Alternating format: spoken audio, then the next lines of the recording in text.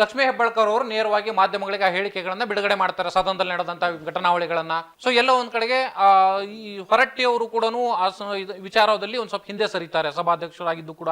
So ಇಲ್ಲಿ ಏನ್ ನಡೀತಾ ಇದೆ ಪಾಲಿಟಿಕ್ಸ್ ಅಂತ ಜನರಿಗೆ ಏನ್ ರೀತಿ ಸಂದೇಶ ಹೋಗುತ್ತೆ? ಅಲ್ಲಿ ಒರಿಜಿನಾಲಿಟಿ ಏನ್ ನಡೆದಿದೆ, ಕಾಂಗ್ರೆಸ್ನವರು ಹೆಂಗೆ ತಿರುಚವರೆ ಅನ್ನೋದ್ರ ಬಗ್ಗೆ ಅದು ನಮಗೆ ಗೊತ್ತಿಲ್ಲ. ಓಕೆ, ಸತ್ಯಸಂಗತಿ ಗೊತ್ತಿಲ್ಲದಲೇ ನಾನು ಹೇಳಕ್ಕೆ ಬರುವುದಿಲ್ಲ. ಇವರು ಯಾರು ನಮ್ಮ ಹೊರಟ್ಟಿ ಅವರು ಇರ್ಬೋದು ಮತ್ತು CID ವರದಿ CID ಕೂಪಿಸಿದೀವಿ ಅಂತ ಹೇಳ್ತಾ ಇದ್ದಾರೆ. ಅವ್ರು ಏನು ಹೇಳ್ತಾರೆ ಕಾದು ನೋಡೋಣ. ಅದು ಬಂದ ಮೇಲೆ ಅದ್ರ ಬಗ್ಗೆ ಚರ್ಚೆ ಮಾಡೋಣ. ಸದ್ಯಕ್ಕಂತೂ ಗೂಂಡಾಗಿರಿ ಮಾಡೋದು ಕಾಂಗ್ರೆಸ್ ಕಲ್ಚರ್. ಈಗ ಗೂಂಡಾಗಿರಿ ಆಯ್ತು, ನೀನು ತಪ್ಪು ಮಾಡಿದೀಯ, ನೀನು ತಗೊಂಡೋಗಿಬಿಟ್ಟು ಜೈಲಿಗೆ ಹಾಕಿ, ಕಸ್ಟಡಿಗೆ ತಗೋ, ನಿನಗೆ ಇಡೀ ರಾತ್ರಿ ಸುತ್ತಾಡ್ಸೋದು, 3 ಜಿಲ್ಲೆಗಳು ಸುತ್ತಾಡ್ಸೋದು, 3 ಕಾನ್ಸ್ಟಿಟ್ಯೂನ್ಸಿ 4 ಕಾನ್ಸ್ಟಿಟ್ಯೂನ್ಸಿ ಸುತ್ತಾಡ್ಸೋದು, ತೊಗೊಂಬರೋದು, ಆಮೇಲೆ ತೊಗೊಂಬಂದು ಸ್ಟೇಷನಲ್ಲಿ ಹಾಕೋದು. ಸ್ಟೇಷನ್ನಲ್ಲಿ ಯಾವ ರೀತಿ ನಡ್ಕೊಂಡಿದ್ರೆ ಒಂದು ವಿಧಾನ ಪರಿಷತ್ ಸದಸ್ಯರ ಮೇಲೆ ಯಾವ ರೀತಿ ನಡ್ಕೊಂಡಿದ್ರೆ ಅನ್ನೋದ್ರ ಬಗ್ಗೆ ಕಾಂಗ್ರೆಸ್ನವರು ಉತ್ತರ ಕೊಡಬೇಕಾಗಿದೆ. ಅದ್ರ ಬಗ್ಗೆ ವಿಚಾರಣೆ ಆಗಬೇಕಾಗಿದೆ. ಯಾವ ತಲೆಗೆ ಪೆಟ್ಟಾಗಿದೆಲ್ಲ ಯಾರಿಂದ ಆಗಿದೆ, ಯಾವ ಗುಂಡಗಳು ಬಂದು ಹೊಡೆದವ್ರೆ, ಬೈ ಚಾನ್ಸ್ ರವಿಯವರಿಂದ ಏನೋ ಅಚಾತುರ್ಯ ನಡೆದಿದ್ರು ಕೂಡ ನ್ಯಾಯಾಲಯ ಇದೆ, ನ್ಯಾಯಾಲಯದಲ್ಲಿ ನೀವು ಪ್ರಶ್ನೆ ಮಾಡ್ಬೋದು. ಪೊಲೀಸ್ ಸ್ಟೇಷನ್ ಇದೆ, ಪೊಲೀಸ್ ಸ್ಟೇಷನಲ್ಲಿ ಕೇಳ್ಬೋದು.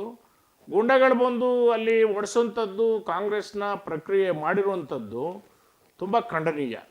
ಕಾಂಗ್ರೆಸ್ನವರು ಯಾವಾಗಲೂ ಕೂಡ ಅಧಿಕಾರಕ್ಕೆ ಬಂದಾಗೆಲ್ಲ ಗುಂಡಾಗಿರಿ ಮಾಡೋದು ಸಹಜವಾಗಿ ನಡೆಯುತ್ತಿತ್ತು. ಇತ್ತೀಚೆಗೆ ಸ್ವಲ್ಪ ಕಡಿಮೆ ಆಗಿದೆ ಅಂತ ಅಂದ್ಕೊಂಡಿದ್ವಿ.